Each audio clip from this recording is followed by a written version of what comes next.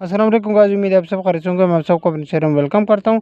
आज हम important trick पढ़ने जा रहे हैं ट्रिग्नोमेट्रिक टेबल के लिहाज से, क्योंकि अक्सर औकात ये साइन ज़ीरो, कास ज़ीरो, टेन ज़ीरो, इसी तरह साइन 30, कास 30, टेन 30 पे क्या देता है, इस पर लोगों को अक्सर कन्फ्यूजन रहते हैं और याद भी नहीं रहते। तो इसको हम एक ट्रिक से याद करने जा रहे हैं।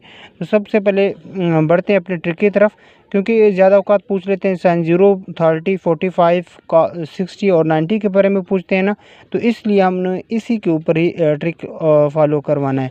तो साइन थीटा सबसे पहले करते हैं, साइन थीटा के एंगल, फिर कॉस थीटा, फिर टेन थीटा की तरफ। सबसे पहले हम क्या करेंगे, साइन थीटा, ये साइन थीटा है ना, तो यहाँ पे 0 लिख देंगे। ठीक है, 0 के नीचे क्या है, 0 एंगल के नीचे 0, फिर 30 के नीचे 1, फिर 45 के नीचे 2, फिर 60 के नीचे 3, फिर 90 के नीचे क्या हो जाएगा, 4 हो जाएगा। ठीक है ना।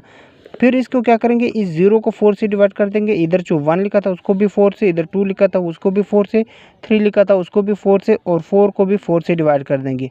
तीसरा जो काम हम करेंगे, इनका स्क्वायर रूट ले लेंगे। ठीक है, सबका स्क्वायर रूट ले लेंगे, सबका स्क्वायर रूट ले लेंगे। ठीक है ना, इधर भी सबका स्क्वायर रूट ले लेंगे। इस स्क्वायर रूट लेने के बाद अब जो सोल्यूशन, जो आंसर आएगा वो हमारे पास इस एंगल का आंसर होगा। यानी 0 पे क्या देता है, 0 का स्क्वायर रूट लेने तो 0 आ जाता है।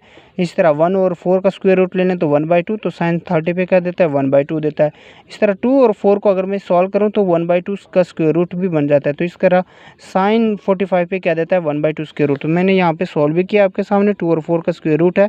पहले मैं इसको अलग अलग कर सकता हूँ, 2 square root, 4 square root, 2 square root और 2 आप लोग लिख दूंगा। अब 2 स्क्वायर रूट की जगह पे, 2 की जगह पे मैं लिख सकता हूँ डबल स्क्वायर रूट, क्योंकि ये प्रूव हो जाता है। ठीक है, अब आप लोगों के पास क्या हो जाएगा, इसके जगह पे ये दोनों स्क्वायर रूट आपस में कैंसिल, 1/2 स्क्वायर रूट बन जाएगा। तो इस तरह हमारे पास साइन 30 पे क्या देता है, 1/2 स्क्वायर रूट। इस तरह 60 पे क्या देता है, अब 4 का स्क्वायर रूट तो 2 होता है, बाकी 3 का नहीं होता, तो 3 के ऊपर स्क्वायर रूट आ जाएगा। इसी तरह 4 और 4 कैंसिल हो जाएंगे, अब 1 बच जाएगा, तो ये हमारे पास इसका आंसर बन जाएगा।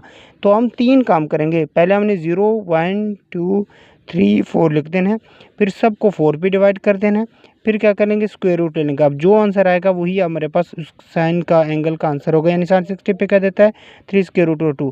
अब कास के अंदर क्या करेंगे, बिल्कुल वही तरतीब है, लेकिन थोड़ा सा उलट, 90 वाली साइड से 0 से शुरू कर देंगे। यहाँ पे 0 लिख देंगे, फिर 1 लिख देंगे, फिर 2, फिर 3, फिर 4, फिर सबको 4 पे डिवाइड कर देंगे। जैसे मैंने डिवाइड कर दी, 4 पे डिवाइड किया, ये भी 4 पे डिवाइड किया, ये भी किया, ये भी किया, फिर सबका स्क्वायर रूट ले लेंगे। ठीक है ना, अब मैंने स्क्वायर रूट लिया तो इसका 0 आंसर आया, इसका 1/2 आया, इसका आंसर क्या आएगा, 1/2 स्क्वायर रूट, 3 स्क्वायर रूट और 2 हो जाएगा, यहाँ पे 1 आ जाएगा। तो इस तरह हम लोग के पास कास 0 पे क्या देता है वो आ गया, कास 30 पे क्या देता है, कास 45 पे क्या देता है, 60 पे क्या देता है।